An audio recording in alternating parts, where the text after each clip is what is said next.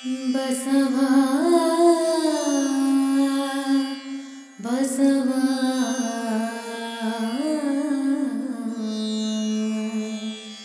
ಬಸವಾ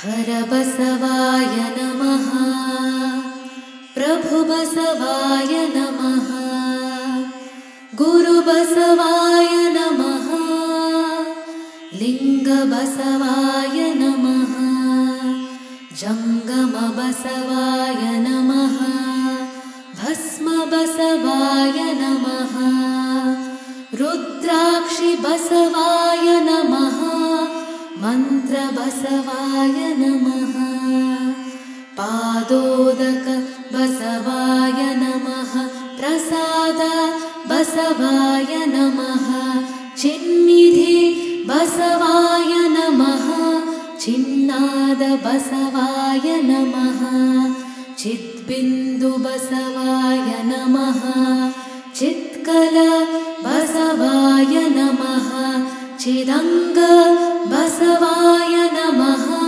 ನಿಷ್ಪ್ರಪಂಚ ಬಸವಾಯ ನಮಃ ನಿರಂಜನ ಬಸವಾಯ ನಮಃ ನಿರ್ಗುಣ ಬಸವಾಯ ನಮಃ ನಿತ್ಯತೃಪ್ತ ಬಸವಾಯ ನಮಃ ಅಕಾರ ಬಸವಾಯ ನಮಃ ಉಕಾರ ಬಸವಾಯ ನಮಃ ಮಕಾರ ಬಸವಾಯ ನಮಃ ನಕಾರ ಬಸವಾಯ ನಮಃ ಮಕಾರ ಬಸವಾಯ ನಮಃ ಶಿಕಾರ ಬಸವಾಯ ನಮಃ ವಕಾರ ಬಸವಾಯ ನಮಃ ಯಕಾರ ಬಸವಾಯ ನಮಃ ಓಂಕಾರ ಬಸವಾಯ ನಮಃ ಹ್ರೀಂಕಾರ ಬಸವಾಯ ನಮಃ ಸಂಗಮೇಶ್ವರ ಬಸವಾಯ ನಮಃ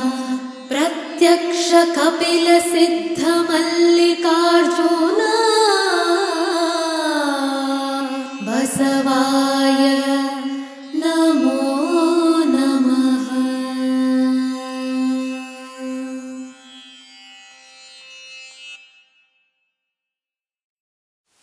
ಎಲ್ಲರಿಗೂ ನಮಸ್ಕಾರ. ಬಸವ ಸಮಿತಿಯ ಆನ್ಲೈನ್ ಅರಿವಿನ ಮನೆ ಕಾರ್ಯಕ್ರಮದಲ್ಲಿ ನಾನು ಡಾಕ್ಟರ್ ರವಿಶಂಕರ್ ಎಕೆ ಶರಣರು ನಿರೂಪಿಸಿದ ಸೃಷ್ಟಿಯ ಆದಿ ಅನಾದಿ ತತ್ವವನ್ನು ಕುರಿತು ಇಂದು ಮಾತನಾಡಲಿದ್ದೇನೆ. ಆತ್ಮೀಯರೇ, ಈ ಪ್ರಪಂಚವು ಯಾವಾಗಲೂ ಸೃಷ್ಟಿಯ ಕುರಿತು ಕುತೂಹಲವನ್ನು ವ್ಯಕ್ತಪಡಿಸುತ್ತಿರುತ್ತದೆ. ಈ ಸೃಷ್ಟಿ ಅನ್ನುವುದು ಈ ಜಗತ್ತಿನ ಪ್ರಕ್ರಿಯೆಯಲ್ಲಿ ಒಂದು ಆರಂಭದ ಬಿಂದು ಅಂತ ನಾವು ಭಾವಿಸ್ತೇವೆ.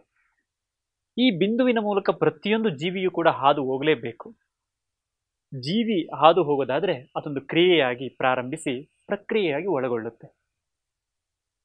ಕೇವಲ ಜೀವಿಗಳಷ್ಟೇ ಈ ಬಿಂದುವಿನಲ್ಲಿ ಸಾಗೋದಿಲ್ಲ, ವಸ್ತುಗಳು ಕೂಡ ಸಾಗ್ತವೆ.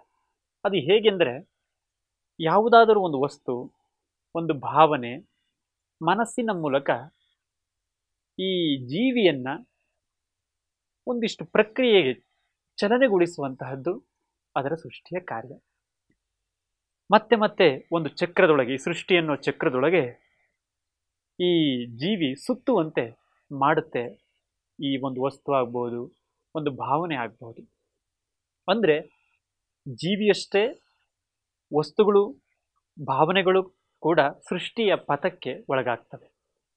ನಾವು ಸೃಷ್ಟಿಯಿಂದ ಕ್ಷಣವೇ ಗಂಡು ಹೆಣ್ಣು ಅಥವಾ ಈ ಸಂಯೋಗದ ಸೃಷ್ಟಿಯನ್ನಷ್ಟೇ ಮಾತಾಡ್ತಾ ಇರ್ತೀವಿ. ಅದರ ಆಚೆಯ ಸೃಷ್ಟಿ ಅತ್ಯಂತ ವಿಸ್ತಾರವಾದದ್ದು. 12ನೇ ಶತಮಾನದಲ್ಲಿ ಕನ್ನಡ ಸಾಹಿತ್ಯದಲ್ಲಿಯೇ ಮೊದಲ ಬಾರಿಗೆ ಅತ್ಯಂತ ಸರಳವಾಗಿ ಜ್ಞಾನ ವಿಜ್ಞಾನವನ್ನು ಸಂಕೇತಿಸಿ ಮಾತನಾಡಿದವರು ನಮ್ಮ ವಚನಕಾರರು. ಅದುವರೆಗೂ ಈ ವಿಚಾರಗಳು ಚರ್ಚೆ ಆಗಿಲ್ಲ ಅಂತ ಇಲ್ಲ, ಆಗಿದೆ. ಆದರೆ ಜನಸಾಮಾನ್ಯರಿಗೆ ತಲುಪುವಷ್ಟು ಸರಳವಾಗಿ ಆಗಲಿಲ್ಲ. ನಮ್ಮ ಜನಪದ ಸಾಹಿತ್ಯದಲ್ಲಿಯೂ ಕೂಡ ಇದರ ಚರ್ಚೆ ಆಗಿದೆ. ಆದರೆ ಜನಪದ ಸಾಹಿತ್ಯ ಒಂದು ಪ್ರತ್ಯೇಕವಾದ ಅವರವರ ಹಾಡು ಪಾಡಾಗಿ ಸಂಕಲನಗೊಂಡದ್ದಷ್ಟೆ. ಆದರೆ ಶರಣರು ಹಾಗಲ್ಲ. ಒಂದು ಚಳವಳಿಯಾಗಿ, ಒಂದು ಸಮುದಾಯದ, ಒಂದು ಜನಗಳ ಭಾವಬಿಂಬವಾಗಿ ಶತಮಾನಗಳಾಚೆಗೂ ಚಲಿಸುವಂತಹ ಒಂದು ಸಾಹಿತ್ಯವನ್ನು ಸೃಷ್ಟಿ ಮಾಡಿದ್ರಲ್ಲ, ಅದರಲ್ಲಿ ಈ ಸೃಷ್ಟಿ ಪ್ರಕ್ರಿಯೆ ಆಗಲಿ, ವಿಜ್ಞಾನದ ಹಲವಾರು ಆಯಾಮಗಳು ಚರ್ಚೆಗೊಳ್ತಾ ಹೋಗ್ತವೆ. ಇದು ಒಂದು ವಿಜ್ಞಾನದ ವಿಚಾರವಾದರೂ ಕೂಡ ಕಲೆಯ ವಿಚಾರವೂ ಹೌದು. ಸೃಷ್ಟಿಯಂತಹ ಅದ್ಭುತವಾದ ಕಲೆ ಇನ್ನೊಂದೇನಿದೆ?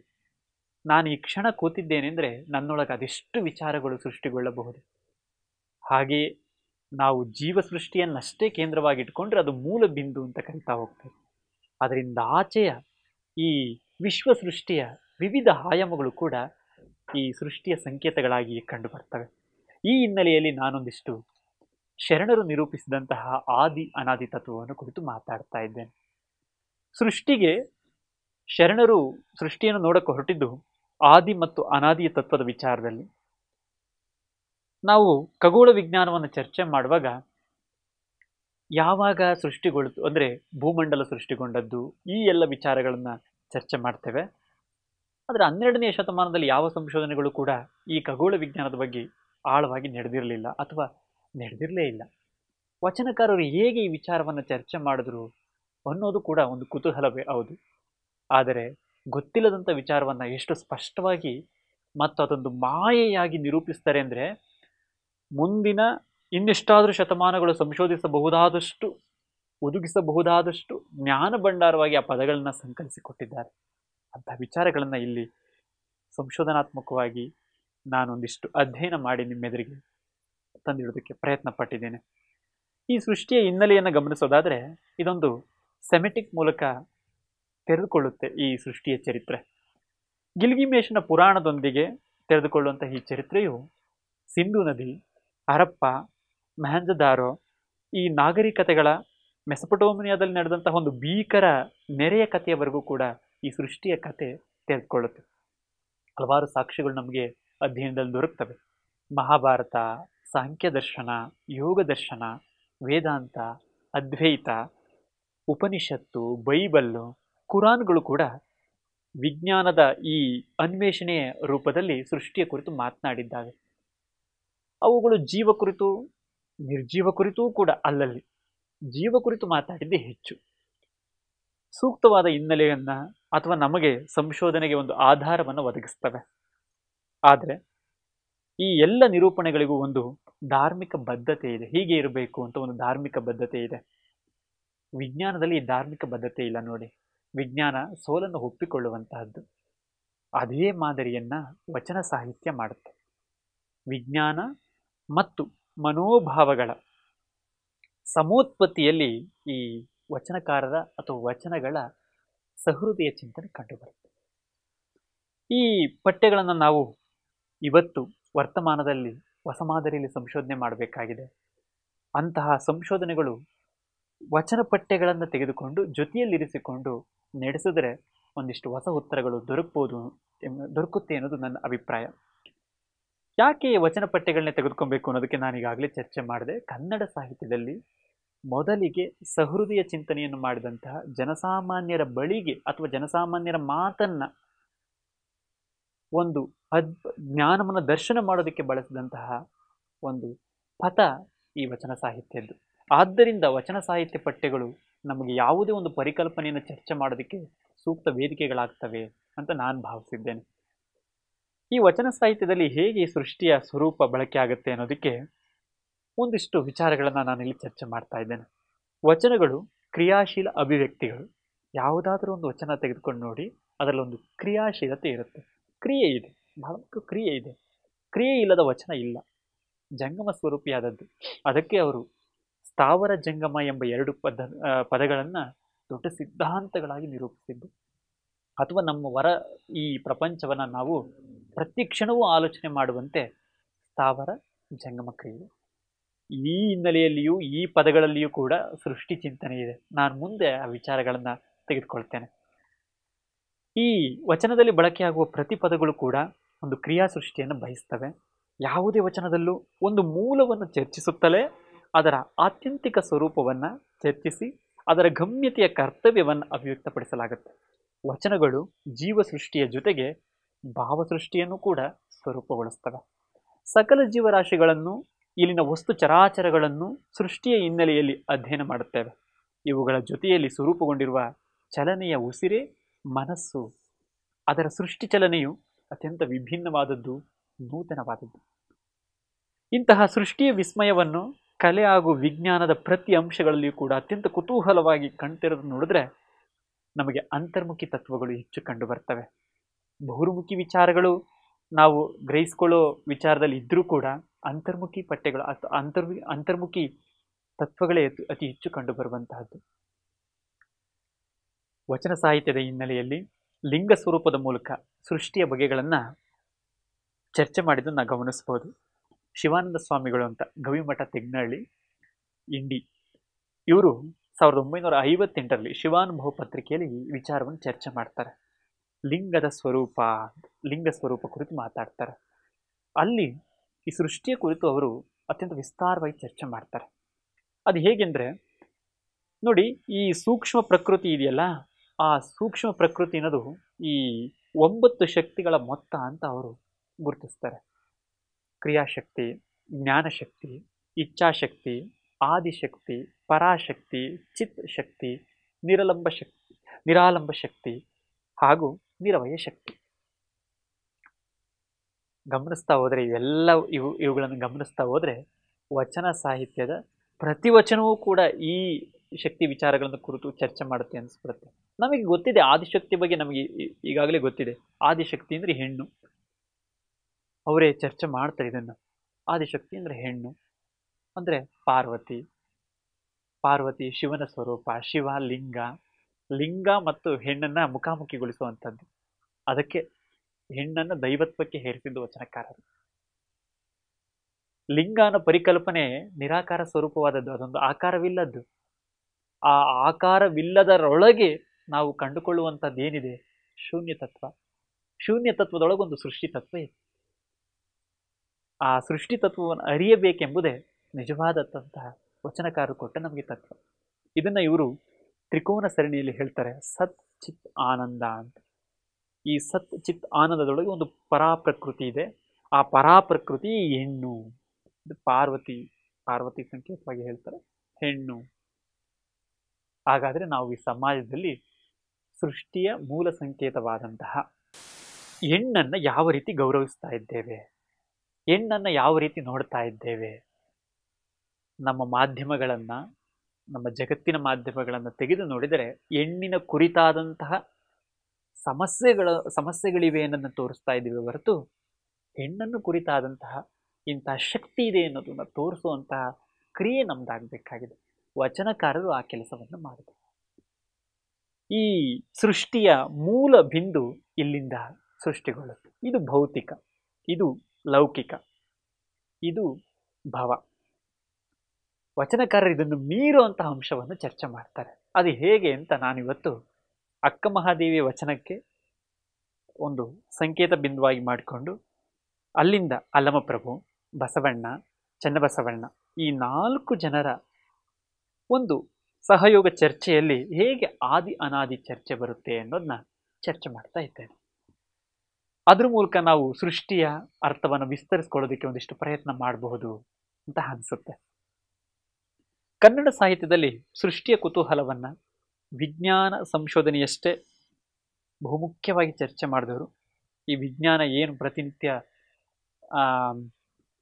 ಸಂಶೋಧನೆಗೆ ಒಳಪಡ್ತಾ ಹೋಗುತ್ತೆ, ಆ ರೀತಿಯಲ್ಲಿ ಸೃಷ್ಟಿ ಅಂದರೆ ಚರ್ಚೆ ಮಾಡಿದಂಥ ವಚನಕಾರರು. ಪ್ರತಿಯೊಂದು ವಿಚಾರವನ್ನು ಅವರು ಮನಸ್ಸಿಗೆ ಸಂಕೇತಿಸಿ ಹೋಲಿಸಿ ಹೇಳ್ತಾ ಹೋಗ್ತಾರೆ. ನೋಡಿ, ಎಲ್ಲ ವಿಚಾರಗಳು ಕೂಡ ಮನಸ್ಸಿಗೆ ಸಂಕೇತ ಹೋಗ್ತಾ ಹೋಗ್ತವೆ, ಕೂಡ್ತಾ ಹೋಗ್ತವೆ. ಬಂದು ಮತ್ತೆ ಅಂಕಿತನಾಮಗಳೆಲ್ಲ ಹಾಗೆ ಇದೆ, ನಾವು ಗಮನಿಸ್ತಾ ಹೋದರೆ ಅಂಕಿತನಾಮಗಳು ಹಾಗೆ ಕಂಡು ಬರ್ತವೆ. ಅಂತರ್ಮುಖಿಯಾದಂತಹ ಪಠ್ಯಗಳು ಅಂತ ಗುರುತಿಸಬಹುದು ಇವನ್ನು. ಈ ವಚನ ಸಾಹಿತ್ಯದಲ್ಲಿ ಜ್ಞಾನ ವಿಜ್ಞಾನಗಳ ಜಂಗಮ ತತ್ವದಲ್ಲಿ ದರ್ಶನ ಮಾಡಿದಂತಹ ಶರಣರು ಈ ಸೃಷ್ಟಿಯ ಕುರಿತು ಆದಿ ಮತ್ತು ಅನಾದಿ ತತ್ವದಲ್ಲಿ ಚರ್ಚೆ ಮಾಡ್ತಾ ಹೋಗ್ತಾರೆ. ಇವ್ರ ಪ್ರಕಾರ ಒಂದು ಹೆಣ್ಣು ಸೃಷ್ಟಿಯ ಸ್ವರೂಪ ಹೌದು, ಜೀವೋತ್ಪತ್ತಿಯ ಪೂರ್ಣ ಪ್ರಭೆ, ಆಕೆಯೊಂದು ಶಕ್ತಿ. ಅದಕ್ಕೆ ವಚನ ಸಾಹಿತ್ಯದಲ್ಲಿ ಹೆಣ್ಣು ಪ್ರತ್ಯಕ್ಷ ದೇವರಾಗಿ ಗೌರವಿಸಿದಂಥ ಹೊಸ ಒಂದು ಬಗೆ ಇವತ್ತಿಗೂ ಕೂಡ ಯಾರೂ ಕೂಡ ಆ ಹಂತಕ್ಕೆ ನಮ್ಮ ಸಂಸ್ಕೃತದ ಕಾವ್ಯಗಳಷ್ಟು ಹೇಳಿದರೂ ಇದ್ದರೂ ಸಂಸ್ಕೃತ ಕಾವ್ಯಗಳಲ್ಲಿ ಕೂಡ ಹೆಣ್ಣನ್ನು ಪೂಜನೀಯ ಹಂತಕ್ಕೆ ತಂದಿರೋದು ಸತ್ಯ, ಇಲ್ಲ ಅಂತ ಅಲ್ಲ. ಆದರೆ ಎಲ್ಲವನ್ನ ಪರಿಪೂರ್ಣವಾಗಿ ತಂದಿರೋ ಅಂಥ ಅಂಶಗಳು ಸಿಗೋದಿಲ್ಲ. ವಚನ ಸಾಹಿತ್ಯದಲ್ಲಿ ಅಂಥ ಅಂಶಗಳು ಅತಿ ಹೆಚ್ಚು ಸಿಗ್ತವೆ. ದೇಸಿಯ ಬೇರಿನಿಂದ ಅಭಿವ್ಯಕ್ತಗೊಂಡ ಕನ್ನಡದ ಮೊದಲ ಸಾಹಿತ್ಯ ಈ ವಚನ ಸಾಹಿತ್ಯವು ಸಂಸ್ಕೃತ ಸಾಹಿತ್ಯದ ವೇದ ಉಪನಿಷತ್ತುಗಳ ಸಮಗ್ರೀಯ ಅಧ್ಯಯನವನ್ನು ಕರಗತ ಮಾಡಿಕೊಂಡು ತಮ್ಮ ವಿಚಾರದ ನಿಲುವನ್ನು ಶಕ್ತಿಪೂರ್ಣ ಮಾಡಿಕೊಂಡಂಥ ಒಂದು ಬೃಹತ್ ಸಾಹಿತ್ಯಗಳು ಕಂಡು ಬರ್ತವೆ. ಯಾವುದನ್ನು ವಿರೋಧಿಸಲಿಲ್ಲ. ಅಂದು ಇದ್ದಂತಹ ವೇದ ಉಪನಿಷತ್ತು ಪುರಾಣಗಳು ಜನಪದವನ್ನು ಕೂಡ ಎಲ್ಲವನ್ನು ಒಂದು ಬೇರಾಗಿ ಸ್ವೀಕರಿಸ್ತಾ ಹೋಗ್ತಾರೆ. ವಚನಕಾರರಂತೂ ಸಂಸ್ಕೃತ ಸಾಹಿತ್ಯ ಕುರಿತು ಎಷ್ಟು ಆಳವಾಗಿ ಅಧ್ಯಯನ ಮಾಡಿದ್ರು ಅಂತ ನಮಗೆ ಆಶ್ಚರ್ಯ ಆಗುತ್ತೆ. ಅಲ್ಲಮಪ್ರಭು, ಅಕ್ಕಮಹಾದೇವಿಯವರ ಒಂದೊಂದು ಸುದೀರ್ಘವಾದ ಕೆಲವು ವಚನಗಳನ್ನ ನಾವು ಪಠ್ಯವಾಗಿ ನೋಡ್ತಾ ಹೋದರೆ ಅದು ಬೇರೆಯ ಚರ್ಚೆ. ಹೌದು, ಇರಲಿ. ವಚನ ಸಾಹಿತ್ಯದ ಪ್ರಮುಖ ತತ್ವಗಳಾದಂತಹ ಗುರು, ಲಿಂಗ, ಜಂಗಮ, ದಾಸೋಹ, ಈ 4 ವಿಚಾರಗಳೇನಿದ್ದಾವೆ ಇವು ಚಲನಶೀಲವಾದಂತಹವು. ಇವು ಸ್ಥಾವರಮುಖಿ ಅಲ್ಲ, ಚಲನಶೀಲ. ಒಂದಲ್ಲ ಒಂದು ಅಂಶದಲ್ಲಿ ಸೃಷ್ಟಿಯ ಸಂಕೇತಗಳೇ ಹೌದು. ಇವು ಜಡವಲ್ಲ, ಜಡದಲ್ಲಿ ಸೃಷ್ಟಿ ಇಲ್ಲ. ಯಾವ ವಿಚಾರಗಳು ಜ್ಞಾನದಲ್ಲಿ ಹುಟ್ಟಿ ವಿಜ್ಞಾನವನ್ನು ಬಯಸುತ್ತವೆಯೋ ಅಲ್ಲಿ ಅನಂತತೆ ಅಡಗಿರುತ್ತದೆ. ಜ್ಞಾನದಲ್ಲಿ ಸೃಷ್ಟಿಗೊಳ್ಳಬೇಕು, ವಿಜ್ಞಾನವನ್ನು ಬಯಸಬೇಕು. ನೋಡಿ, ಗುರು ಜ್ಞಾನದಲ್ಲಿ ಸೃಷ್ಟಿಗೊಳ್ಳುತ್ತೆ, ದಾಸೋಹಕ್ಕೆ ಎಂಡಾಗುತ್ತೆ. ದಾಸೋಹ ಒಂದು ರೀತಿ ಪ್ರಯೋಗಶೀಲವಾದದ್ದು, ಜಂಗಮ ತತ್ವದ ಮೂಲಕ ಪ್ರಯೋಗಶೀಲವಾದದ್ದು. ಗುರು, ಲಿಂಗ, ಜಂಗಮ, ದಾಸೋಹ ಎಷ್ಟು ಚೆನ್ನಾಗಿ ನಮಗೆ ಈ ಜ್ಞಾನದಿಂದ ವಿಜ್ಞಾನದೆಡೆಗೆ ಸಾಗುವಂತಹ ಒಂದು ಪಥವನ್ನು ನೋಡಬಹುದು. ಅವನು ಹೇಗೆ ಬೇಕಾದರೂ ಮುಖಾಮುಖಿ ಮಾಡಬಹುದು. ನಾನು ಈ ವಿಚಾರದಲ್ಲಿ ಅಕ್ಕನ ಜೊತೆಯಲ್ಲಿ ಅಲ್ಲಮ್ಮ ಬಸವಣ್ಣ ಚನ್ನಬಸವಣ್ಣನ ತರೋದಕ್ಕೆ ಕಾರಣ ಏನಂದ್ರೆ, ಇವರು ಮುಖ್ಯವಾಗಿ ವಚನಗಳನ್ನ ವಿಶ್ವಸೃಷ್ಟಿಯ ತತ್ವಗಳ ಜೊತೆ ಹೆಚ್ಚು ಚರ್ಚೆ ಮಾಡದಂತಹವರು. ಎಲ್ಲ ವಚನಕಾರರನ್ನು ಈ ರೀತಿ ಮುಖಾಮುಖಿ ಮಾಡಬಹುದು, ಆದರೆ ಒಂದು ಸಂಕೇತವಾಗಿ 4 ಜನ ನಾನು ತೆಗೆದುಕೊಂಡಿದ್ದೇನೆ. ಈ ದೇಸಿಯ ಚಿಂತನೆಗಳು ಅಂತಕ್ಕಂಥದ್ದು ಏನಿದೆ, ಈ ವಚನಗಳನ್ನ ದೇಸಿಯ ಚಿಂತನೆಗಳು ಅಂತಲೂ ಕೂಡ ನಾವು ಪ್ರತಿಪಾದಿಸಬಹುದು. ದೇಸಿಯ ಚಿಂತನೆಗಳು ಅಂತ ಏನಿದೆ, ಇವುಗಳಲ್ಲಿ ಯಾವಾಗಲೂ ಕೂಡ ವಿಕಾಸದ ಬೆಳವಣಿಗೆ ಅನ್ನೋದು ಸಂಪತ್ಭರಿತವಾಗಿ ಕಂಡು ಬರುತ್ತೆ. ಅದಕ್ಕೆ ಈ ಆದಿ ಮತ್ತು ಅನಾದಿಯ ಚರ್ಚೆ ಕಂಡು ಬಂದದ್ದು. ನಾನು ವಚನ ಸಂಚಯವನ್ನು ರೆಫರೆನ್ಸ್ ಆಗಿ ಹೇಳ್ತಾ ಇದ್ದೇನೆ. ಈ ಆದಿ ಎನ್ನುವ ತತ್ವವನ್ನು 1279 ಕಡೆ ಚರ್ಚೆ ಮಾಡಿದ್ದಾರೆ. ಆದಿ ಎನ್ನುವ ಒಂದು ಪದ ಬಳಕೆಯಾಗಿರುವಂತಹದ್ದು. 82 ವಚನಕಾರರು ಈ ಆದಿ ಪದವನ್ನು ಬಳಸಿದ್ದಾರೆ. ಆದರೆ ಆದಿಯಷ್ಟು ಅನಾದಿ ಚರ್ಚೆಗೊಳ್ಳಿಲ್ಲ. ಅನಾದಿ ಚರ್ಚೆಗೊಂಡಿದ್ದು ಬರೀ 755, ಬರೀ ಅಲ್ಲ 755 ಕಡೆ ವಚನಗಳಲ್ಲಿ ಪ್ರಯೋಗಗೊಳ್ಳುತ್ತೆ. ಮತ್ತು 58 ವಚನಕಾರರು ಇದ್ರ ಕುರಿತು ತಮ್ಮ ವಚನಗಳಲ್ಲಿ ಪ್ರಯೋಗಿಸ್ತಾ ಹೋಗ್ತಾರೆ. ಏನಿದು ಆದಿ ಮತ್ತು ಅನಾದಿ, ಇದರ ಜಿಜ್ಞಾಸೆಗಳೇನು ಅನ್ನೋದನ್ನ ಒಂದಿಷ್ಟು ಚರ್ಚೆ ಮಾಡಬಹುದು. ಆದಿ ಅಂದ್ರೇನು? ಹಾಗಾದರೆ ಸೃಷ್ಟಿಯ ಕುರಿತು ಈ ಪದದ ನಿಜವಾದ ವ್ಯಾಖ್ಯಾನವೇನು? ಏನಾದರೂ ಸಂಬಂಧ ಇದೆಯಾ ಅನ್ನೋದನ್ನ ಗುರುತಿಸ್ತಾ ಹೋಗೋಣ. ಈ ಮೂಲ ಜ್ಞಾನ ಅನ್ನೋದಿದೆಯಲ್ಲ, ಆ ಮೂಲ ಜ್ಞಾನದ ಅರ್ಥವನ್ನ ಈ ಧ್ವನಿಸುವಂತಹದ್ದೇ ಆದಿ. ಸಕಲ ಚರಾಚರಗಳನ್ನು ತುಂಬಿಕೊಂಡಿದ್ದ ಮೂಲ ಜ್ಞಾನದ ಪರಿಮಳವನ್ನ ಚರ್ಚೆ ಮಾಡುತ್ತೆ. ಇದರೊಟ್ಟಿಗೆ ನಿರ್ವಚಿಸಬಹುದಾದಂಥ ಅನಾದಿ ಎಂಬ ಪರಿಕಲ್ಪನೆಯೂ ಕೂಡ ಹೊಸ ವಿಚಾರಗಳನ್ನು ಅನ್ವೇಷಿಸಲು ಸಹಕರಿಸುವಂಥದ್ದು.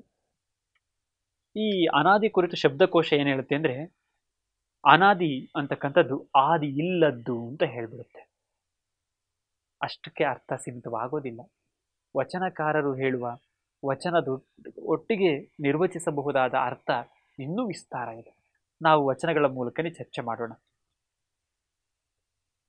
ಅಲ್ಲಮಪ್ರಭು ಒಂದು ವಚನ ಹೇಳುತ್ತೆ, ಅನಾದಿಯ ಮಗನು ಆದಿ, ಆದಿಯ ಮಗನು ಅತೀತ, ಅತೀತನ ಮಗನು ಆಕಾಶ, ಆಕಾಶನ ಮಗನು ವಾಯು, ವಾಯುವಿನ ಮಗ ಅಗ್ನಿ, ಅಗ್ನಿಯ ಮಗನು ಅಪ್ಪು, ಅಪ್ಪುವಿನ ಮಗನು ಪೃಥ್ವಿ, ಪೃಥ್ವಿಯಿಂದ ಸಕಲ ಜೀವರೆಲ್ಲರೂ ಉದ್ಭವಿಸಿದರು ಗುಹೇಶ್ವರ. ಒಂದು ಮ್ಯಾಪ್ ಇದೆ ಇದರೊಳಗೆ. ಈ ಖಗೋಳ ವಿಜ್ಞಾನದ ಮ್ಯಾಪ್ ಕೂಡ ಇದನ್ನು ಗುರುತಿಸಬಹುದು. ಅದು ಹೇಗೆ? ಸೃಷ್ಟಿಯ ಕುರಿತು ಅಲ್ಲಮಪ್ರಭು ಹೇಳಿದಂತಹ ಈ ವಚನದಲ್ಲಿ ಬ್ರಹ್ಮಾಂಡ ಸೃಷ್ಟಿಯ ಮಹಾಸ್ಫೋಟದ ವಿಚಾರ ಕಂಡು ಬರುತ್ತೆ. ವಿಜ್ಞಾನ ಏನು ಹೇಳುತ್ತೆ ಮಹಾಸ್ಫೋಟ ಕುರಿತು? ನಾವು ಮುಖಾಮುಖಿ ನೋಡಿದ್ರೆ ಒಂದು ಏಕಮುಖ ತತ್ವ ಕಂಡು ಬರೋದನ್ನ ಗುರುತಿಸ್ತಾ ಹೋಗ್ಬೋದು. ಹೇಗೆ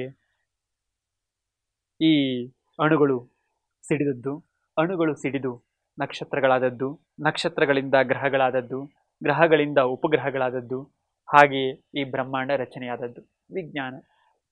ನೋಡಿ, ಅಲ್ಲಮಪ್ರಭು ಇದಕ್ಕೂ ಮೀರುವಂತ ಅನ್ನೋದಕ್ಕಿಂತ ಇನ್ನು ವಿಸ್ತಾರವಾದಂತಹ ಆಲೋಚನೆಗಳನ್ನು ಹೇಗೆ ಕೊಡ್ತಾ ಹೋಗ್ತಾರೆ. ಅನಾದಿಯ ಮಗನು ಆದಿ ಅಂತ ಹೇಳ್ತಾ ಹೋಗ್ತಾರೆ. ಅನಾದಿಯ ಮಗನು ಆದಿ. ಈ ಮಹಾಸ್ಫೋಟನ ಆದಿ ಅಂತ ನಾವು ಭಾವಿಸೋಣ. ಸುಮ್ಮನೆ ವೈಜ್ಞಾನಿಕವಾಗಿ ಆಲೋಚನೆ ಮಾಡಿದ್ರೆ ಮಹಾಸ್ಫೋಟನ ಆದಿ ಅಂತ ಪರಿಭಾವಿಸೋಣ. ಈ ಮಹಾಸ್ಫೋಟಕ್ಕೂ ಮೊದಲು ಏನೋ ಇತ್ತಲ್ಲ, ಅದನ್ನ ಅನಾದಿ ಅಂತ ಗುರುತಿಸ್ತಾ ಇದ್ದಾರೆ. ಗೊತ್ತಿಲ್ಲ ಅದು ಏನು ಅಂತ ಗೊತ್ತಿಲ್ಲ. ಅರಿಯದ ಅರಿವನ್ನ ಮಾಯೆ ಅಂತ ಹೇಗೆ ಗುರುತಿಸಿದ್ರು ಹಾಗೆ ಅದನ್ನು ಅನಾದಿ ಅಂತ ಗುರುತಿಸ್ತಾ ಇದ್ದಾರೆ. ಈ ಅನಾದಿಯಿಂದ ಆದಿ ಸೃಷ್ಟಿಗೊಳ್ಳುವ ಬಗೆಯನ್ನು ಇಲ್ಲಿ ಸಹಜವಾಗಿ ತಂದು ಅದುವೇ ಪ್ರಾರಂಭವೆಂದು ಖಗೋಳ ವಿಜ್ಞಾನ ದಾಖಲಿಸುತ್ತೆ. ಈ ಆದಿ ಕಂಡ ಮೇಲೆ ಅಂತ್ಯವು ಕಾಣಬೇಕಲ್ವಾ, ಒಂದು ಆದಿ ಇದ್ಮೇಲೆ ಅಂತ್ಯ ಇರಬೇಕಲ್ಲ. ಅದೊಂದು ಅತೀತ ಕೈ ಸಿಗದೆ ಇರುವಂತಹದ್ದು, ಕೊನೆ ಇಲ್ಲದೆ ಇರತಕ್ಕಂಥದ್ದು, ಅತೀತವಾದದ್ದು. ಅಂದ್ರೆ ಕೈಗೆ ನಿಲುಕದಂತಹ ಕಾಣದ ಒಂದು ವ್ಯವಸ್ಥೆ. ಆದಿಯೊಂದಿಗೆ ಅಂತ್ಯವೂ ಜೊತೆಯಾಗುವ ನಡಿಗೆ ಇದನ್ನು ಅಲ್ಲಮಪ್ರಭು ಬಯಲದೀಪಿಕೆ ಅಂತ ಗುರುತಿಸ್ತಾರೆ. ಈ ಅತೀತದಲ್ಲಿಯೇ ಆಕಾಶದ ಸೃಷ್ಟಿ, ಆಕಾಶದಲ್ಲಿಯೇ ವಾಯುವಿನ ಸೃಷ್ಟಿ, ವಾಯುವಿನಲ್ಲಿಯೇ ಅಗ್ನಿಯ ಸೃಷ್ಟಿ, ಅಗ್ನಿಯಿಂದ ನೀರು, ನೀರಿನಿಂದ ಭೂಮಿ, ಜಲಜನಕ. ವಿಜ್ಞಾನವಾಗಿ ಇದನ್ನು ಚರ್ಚೆ ಮಾಡಿದ್ರೆ ವಿಸ್ತಾರವಾಗಿ ಚರ್ಚೆ ಮಾಡಬಹುದು. ಹೇಗೆ ನೋಡಿ ಒಂದು ಖಗೋಳ ವಿಜ್ಞಾನವನ್ನು ಚರ್ಚೆ ಮಾಡಿದ್ದಾರೆ. ಎಲ್ಲ ವಿಚಾರದಲ್ಲಿಯೂ ಕೂಡ ಒಂದರಿಂದೊಂದು ಸೃಷ್ಟಿಗೊಳ್ಳುವ ಬಗೆಯೇ ಅಡಕವಾಗಿರ್ತಕ್ಕಂಥದ್ದು. ಇದನ್ನ ಬಯಲಶೂನ್ಯ ಭಾವ ಅಂತ ಗುರುತಿಸ್ಬೋದು ಏನೋ. ಯಾಕೆಂದರೆ ಅಲ್ಲಮಪ್ರಭು ಕುರಿತು ಸಾಕಷ್ಟು ವಿಚಾರಗಳನ್ನು ಚರ್ಚೆ ಮಾಡಿದ್ದಾರೆ, ವ್ಯಾಖ್ಯಾನಿಸಿದ್ದಾರೆ, ಸಂಶೋಧನೆ ಮಾಡಿದ್ದಾರೆ. ಅವರು ಇದೇ ದೃಷ್ಟಿಯಲ್ಲಿ ಮಾಡಿರಬಹುದು. ಅವ್ರದ್ದು ಇನ್ನೊಂದು ವಚನ ಇದೆ. ಏನು ಇಲ್ಲದ ಬಯಲೊಳಗೊಂದು ಬಗೆಗೊಳಗಾದ ಬಣ್ಣ ತಲೆದೋರಿತ್ತು. ಆ ಬಣ್ಣವು ಬಯಲ ಶೃಂಗರಿಸಲು ಬಯಲು ಸ್ವರೂಪಗೊಂಡಿತ್ತು. ಅಂತಪ್ಪ ಸ್ವರೂಪಿನ ಬೆಡಗು ತಾನೇ ನಮ್ಮ ಗುಹೇಶ್ವರ ಲಿಂಗದ ಪ್ರಥಮ ಭಿತ್ತಿ. ಇಷ್ಟು ಚೆನ್ನಾಗಿ ಹೇಳ್ತಾರೆ ನೋಡಿ. ಈ ಬಯಲು ತತ್ವದಲ್ಲಿಯೇ ಎಲ್ಲ ವಿಚಾರಗಳನ್ನು ಕೇಂದ್ರೀಕರಿಸಿ ಕಾಲದ ಪರಿಕಲ್ಪನೆಯನ್ನ ಇಂದಣ ಅನಂತ ಮುಂದಣ ಅನಂತವಾಗಿ ತಂದು ಒಂದು ದಿನದಲ್ಲಿ ಒಳಗೊಳ್ಳುವ ಕೇಂದ್ರ ತೃಪ್ತಿಗೆ ಸ್ವರೂಪಗೊಳಿಸಿದ್ದು ಅಂತ ನಾನಾದರೂ ಭಾವಿಸಿದ್ದೇನೆ. ಮತ್ತು ಈ ಇಂದಣ ಅನಂತ ಮುಂದಣ ಅನಂತದ ವಿಚಾರವನ್ನ ಇನ್ನು ವಿಸ್ತಾರವಾಗಿ ಚರ್ಚೆ ಮಾಡಬಹುದು. ಇಲ್ಲಿ ಆದಿ ಮತ್ತು ಅನಾದಿಯ ತತ್ವಕ್ಕಷ್ಟೇ ನಾನು ಸೀಮಿತಗೊಳಿಸ್ತಾ ಇದ್ದೇನೆ. ಇದೇ ತತ್ವವನ್ನು ಬಸವಣ್ಣ ಹೇಳ್ತಾರೆ. ಆದಿಲಿಂಗ ಅನಾದಿ ಜಂಗಮ. ಆದಿಲಿಂಗ ಅನಾದಿ ಜಂಗಮವು ಆ ಜಂಗಮಕ್ಕೆ ಮಾಡಿದಡೆ ಪರಮಾನಂದ ಸುಖವಯ್ಯ. ಗುರುವಿಂಗೆ ಪರಮಗುರು ಜಂಗಮವೆಂದುದು ಕೂಡಲ ಸಂಗಯ್ಯನ ವಚನ. ಇನ್ನು ಕೆಲವು ವಚನಗಳಲ್ಲಿ ಈ ಪ್ರಯೋಗ ಹೇಗಾಗುತ್ತೆ ನೋಡಿ. ಆದಿ ಅನಾದಿಗಳಿಲ್ಲದಂದು ಸದಾಶಿವನಿಲ್ಲದಂದು. ಆದಿ ಭಕ್ತ ಅನಾದಿ ಜಂಗಮ, ಆದಿಶಕ್ತಿ ಅನಾದಿ ಶಿವನು ನೋಡ.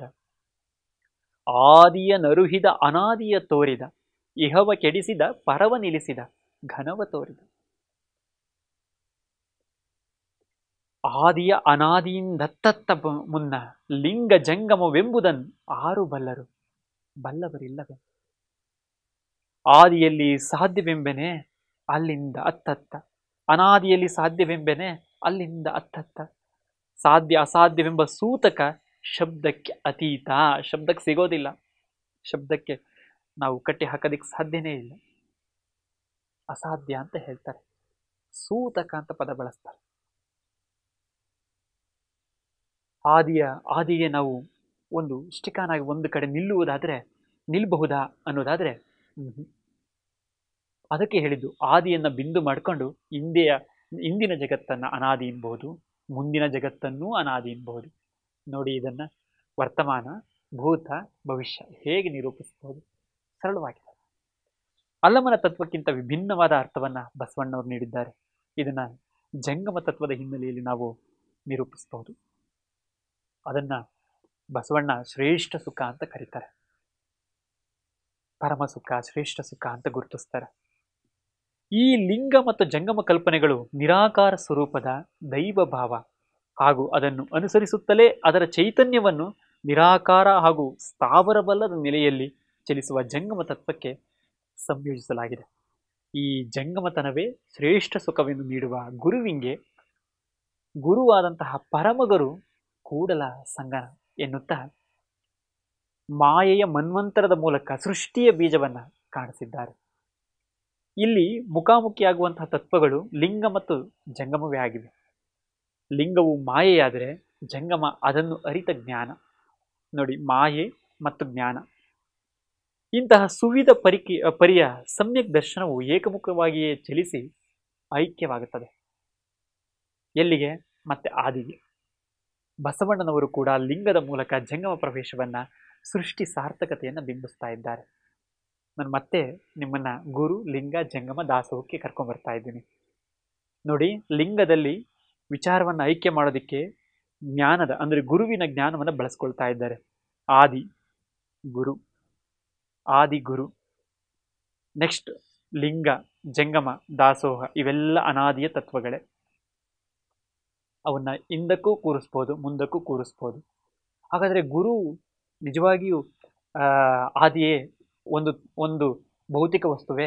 ಅಲ್ಲ, ಅದು ಸಂಪೂರ್ಣ ಮಾಯೆ. ಹೇಗೆ ನಾವು ಆಕಾರ ನಿರಾಕಾರ ಸ್ವರೂಪವನ್ನ ಗುರುತಿಸ್ಬೋದು ಅನ್ನೋದಕ್ಕೆ ಈ ವಚನಗಳು ನಮಗೆ ತತ್ವಗಳನ್ನು ಬಿಟ್ಟುಕೊಡೋ ಕ್ರಮವನ್ನು ಗುರುತಿಸಬಹುದು. ಈ ತನು ಮನ ಧನಗಳನ್ನ ಗುರು ಲಿಂಗ ಜಂಗಮಕ್ಕೆ ಅರ್ಪಿಸುವಂತಹ ಶರಣರ ತ್ರಿವಿಧ ದಾಸೋಹಗಳನ್ನು ಬಸವಣ್ಣನವರು ಭಕ್ತಿ ದಾಸೋಹ, ಯುಕ್ತಿ ದಾಸೋಹ, ಮಮಕಾರ ದಾಸೋಹ ಅಂತ ಪರಿಚಯಿಸಿ ಸೃಷ್ಟಿಯ ಪ್ರತಿಯೊಂದು ಅಂಶವು ಸರ್ವತೋಮುಖವಾಗಿ ಬೆಳೆಯಲು ಬದುಕಲು ಒಂದು ಹೊಸದಾಗಿ ವ್ಯಾಖ್ಯಾನ ಕೊಡ್ತಾರೆ. ಅರಿವು, ಆಚಾರ, ಅನುಭವ, ಈ ಸಂಕೇತದಲ್ಲಿಯೇ ಸೃಷ್ಟಿ ಸ್ಥಿತಿ ಲಯ ಅಡಗಿದೆ ಅಂತ ಗುರುತಿಸ್ತಕ್ಕಂಥದ್ದು. ಈ ವಿಚಾರಗಳು ಇವನ ಜೀವಾಂಶಗಳು ಅಂತ ಗುರುತಿಸ್ಬೋದು. ಈ ವಿಚಾರಗಳನ್ನು ಕುರಿತು ನಾವು ಪ್ರತ್ಯೇಕವಾಗಿ ಚರ್ಚೆ ಮಾಡಬಹುದು.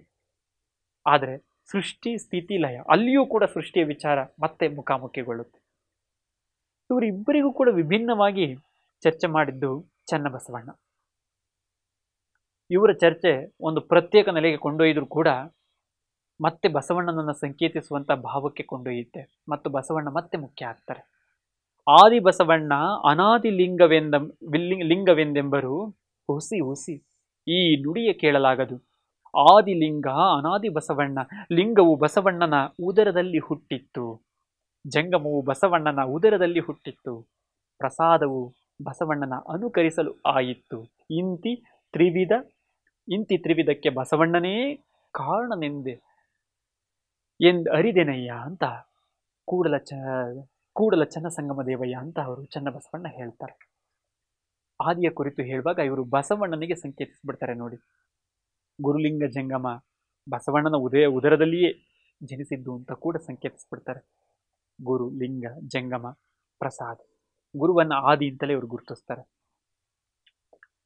ಆದಿಯ ಕುರಿತು ಇಂತಹ ಚರ್ಚೆಯಲ್ಲಿ ಅಲ್ಲಮನ ಚಿಂತನೆಗೆ ಮುಂದುವರಿದಂತೆ ಲಿಂಗ ಜಂಗಮ ಪ್ರಸಾದಗಳು ಬಸವಣ್ಣನ ಉದರದಲ್ಲಿಯೇ ಅಡಗುವ ತ್ರಿವಿಧ ಕಾರ್ಯ ಸಂಗತಿಗಳನ್ನ ಅನುಭೂತಿಗೊಳಿಸಿದ್ದು ಈ ಚನ್ನಬಸವಣ್ಣನ ವಿಶೇಷ.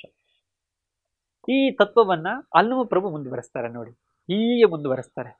ಆದಿ ಜಂಗಮ ಅನಾದಿ ಭಕ್ತನೆಂಬುದನ್ನು ಆರು ಬಲ್ಲರು ಹೇಳ ಬಸವಣ್ಣ ನೀನಲ್ಲದೆ, ನಿತ್ಯ ನಿರಾಕಾರ ಘನವು ಶಕ್ತಿ ಇಲ್ಲದೆ ಇದ್ದಡೆ ಆಗಲೇ ಬಯಲಾಗುತ್ತದೆ. ಅಂದ್ರೆ ನೀನೇ ಬಸವಣ್ಣ ಎಲ್ಲದಕ್ಕೂ ಸಂಕೇತ. ಮತ್ತೆ ನಾವು ಬಸವಣ್ಣ ಅಂದ್ರೆ ಏನು ಅಂತ ಮತ್ತೆ ಒಂದು ಹೊಸ ವಿಚಾರಕ್ಕೆ ಹೋಗ್ಬೇಕಾಗತ್ತೆ. ನಾವು ಇದುವರೆಗೂ ಏನೋ ನಾವು ಬಸವಣ್ಣ ಸ್ವರೂಪಗೊಳಿಸಿದ್ದೇವೆ. ಬಸವಣ್ಣ ಇಡೀ ವಚನದ ಶರಣರ ತತ್ವದ ಸಂಕೇತವಾಗಿ ಕೂರೋದಿದೆಯಲ್ಲ, ಆಶ್ಚರ್ಯ ಅನಿಸ್ಬಿಡುತ್ತೆ. ಬಸವಣ್ಣನ ಪ್ರತಿಭೆ ಮತ್ತು ಪ್ರತಿಮೆ ಎರಡೂ ಕೂಡ ವಿಭಿನ್ನವಾಗಿ ಮುಖಾಮುಖಿಗೊಳ್ತವೆ. ಎಷ್ಟು ವಿಶೇಷವಾಗಿರ್ಬೋದು ಬಸವಣ್ಣನ ಪ್ರತಿಭೆ. ಅದಕ್ಕೆ ಆದಿಜಂಗಮ ಅನಾದಿ ಎಂಬುದನ್ನು ಆರು ಬಲ್ಲರು. ಯಾರು ಬಲ್ಲರು ಇದು ವಿಚಾರನ? ಹೇಳ ಬಸವಣ್ಣ ನೀನಲ್ಲದೆ, ನಿನಗೆ ಗೊತ್ತು ಎಲ್ಲ ವಿಚಾರಗಳು. ಈ ವಚನದಲ್ಲಿ ಆದಿಯನ್ನ ಜಂಗಮವೆಂದು ಕರೆಯುವಾಗ ಅನಾದಿಯಾದ ಮಾಯೆಯನ್ನು ಭಕ್ತನಿಗೆ ಹೋಲಿಸುವ ತತ್ವವು ಬಸವಣ್ಣನಲ್ಲದೆ ಅನ್ಯರಿಗೆ ತಿಳಿದಿಲ್ಲ. ಕಾರ್ಯಕಾರಣ ಧರ್ಮವನ್ನ ಅಲ್ಲಮ ಪ್ರಭು ಇಲ್ಲಿ ಚರ್ಚೆ ಮಾಡ್ತಾ ಇದ್ದಾರೆ. ಈ ವಚನದಲ್ಲಿ ಬಸವಣ್ಣನವರ ಧರ್ಮ ಕಾರ್ಯಗಳನ್ನು ಅದು ಶಿವಸ್ವರೂಪವಾದ ಚಿಂತನೆ ಎಂದು ಅದನ್ನು ಪ್ರಸಾದವೆಂದು ಕರೆಯುವ ಬಗೆಯು ಈ ವಚನದಲ್ಲಿ ಮೂಡಿದೆ. ಆದಿ ಮತ್ತು ಅನಾದಿಯ ಘನಶಕ್ತಿಯನ್ನು ಅರಿತು ಘನಚೈತನ್ಯದ ಕಾಯವನ್ನು ಧರಿಸಿದರೆ ಜಗದ ಸೃಷ್ಟಿಗೆ ಕಾರಣನಾದ ಶಿವನ ನಾಮರೂಪದ ಬೆಳಕು ಕಾಣಿಸುತ್ತದೆ ಎಂದಿದ್ದಾರೆ. ಕಾಯಕವೇ ಕೈಲಾಸವೆಂಬ ಕರ್ತೃಕರ್ಮವು ಪಡೆಯುವ ಈ ಸೃಷ್ಟಿಗೆ ಪ್ರಸಾದನಾದ ಶ್ರೇಷ್ಠ ಶಕ್ತಿಯಾಗಿ ಸೇರಿರುತ್ತದೆ. ಇದನ್ನು ಸುಮ್ಮನೆ ಸರಳೀಕರಿಸೋದಾದರೆ, ಈ ಕಾಯ ಇದೆಯಲ್ಲ, ಆದಿತತ್ವದ ಕಾಯ ಇದೆಯಲ್ಲ, ಈ ಕಾಯದಿಂದ ಲಿಂಗ ಸ್ವರೂಪಿಯಾದ ಮಾಯ ಸ್ವರೂಪಿಯಾದ ಪ್ರಸಾದದ ಕಾರ್ಯಗಳು ನಡಿಬೇಕು ಅಂತ. ಅದೇ ಕೈಲಾಸ. ಇದನ್ನು ಅಕ್ಕ ಮಹಾದೇವಿ ಹೇಗೆ ಮುಂದುವರಿಸ್ತಾರೆ ನೋಡಿ. ಅಕ್ಕ ಮಹಾದೇವಿಯವರು ಮನುಷ್ಯ ಸಂಬಂಧವನ್ನ ಹೇಳ್ತಲೇ ಮನುಷ್ಯ ಸಂಬಂಧವನ್ನು ಮೀರುವ ವಿಚಾರವನ್ನು ಮಾತಾಡಿದವರು. ಅಕ್ಕ ಮಹಾದೇವಿ ಮಾತಾಡಿದ್ದೆಲ್ಲ ಅಲೌಕಿಕ. ಆದರೆ ಲೌಕಿಕದ ಪ್ರತಿಮೆಗಳನ್ನ, ಲೌಕಿಕದ ವಿಚಾರಗಳನ್ನ ಅವರು ಚರ್ಚಿಸುತ್ತಲೇ ಚಿಕ್ಕ ಚಿಕ್ಕ ಜಡೆಗಳ ಸುಲಪಲ್ಲಿ ಗೊರವನು ಎಷ್ಟು ಚೆನ್ನಾಗಿ ಹೇಳ್ತಾರೆ ನೋಡಿ.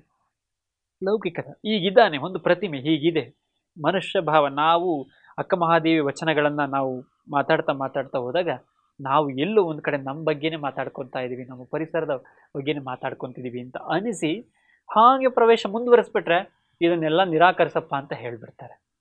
ಹೇಗಿದೆ ನೋಡಿ ಅಕ್ಕ ಮಹಾದೇವಿ. ಹಾಗಾದ್ರೆ ಆದಿ ಮತ್ತು ಅನಾದಿಯ ವಿಚಾರ ಹೇಗೆ ಚರ್ಚೆ ಮಾಡ್ಬೋದು ಇವರು? ಅದಕ್ಕೆ ಇವ್ರನ್ನ ನಾನು ಅಂತರ್ಮುಖಿ ನೆಲೆಯಲ್ಲಿ ಅಭಿವ್ಯಕ್ತಗೊಂಡು ಪುರುಷ ಸಂಹಿತೆಯನ್ನು ನಿರಾಕರಿಸುತ್ತಲೇ ಮನುಷ್ಯ ಸಂಹಿತೆಯನ್ನು ಬಿತ್ತಿದ ಅತ್ಯಂತ ಪ್ರಭಾವಶಾಲಿ ವ್ಯಕ್ತಿಪರ ಚಿಂತಕಿ ಅಂತ ನಾನು ಅಧ್ಯಯನ ಮಾಡಿದ್ದೇನೆ.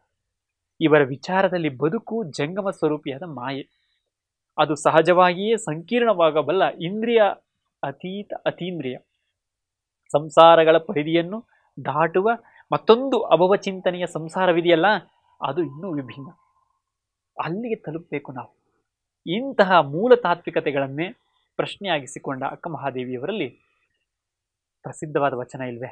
ಊಸೂರಿನ ಪರಿಮಳವಿರಲು ಕುಸುಮದ ಅಂಗೆ ಕೈಯ ಅಂತ. ಅದೇನು ಹೇಳುತ್ತೆ? ಸೃಷ್ಟಿಯ ಹೊಸತತ್ವವನ್ನೇ ಹೇಳ್ತಾ ಇರ್ತಕ್ಕಂಥದ್ದು. ಇವರು ಸೃಷ್ಟಿಯ ಕುರಿತು ನುಡಿದ ಏಕೈಕ ಸುದೀರ್ಘವಾದ ಒಂದು ವಚನ ಇದೆ. ತುಂಬ ಸುದೀರ್ಘವಾದ ವಚನ ಇದು. ಅಥವಾ ಅಕ್ಕ ಮಹಾದೇವಿ ಬರೆದಿದ್ದು 2-3 ಸುದೀರ್ಘವಾದ ವಚನಗಳು, ತುಂಬ ಸುದೀರ್ಘವಾಗಿ ಬರುವಂಥ ಒಂದೊಂದು ಪುಟ ಇರ್ತಕ್ಕಂಥವು.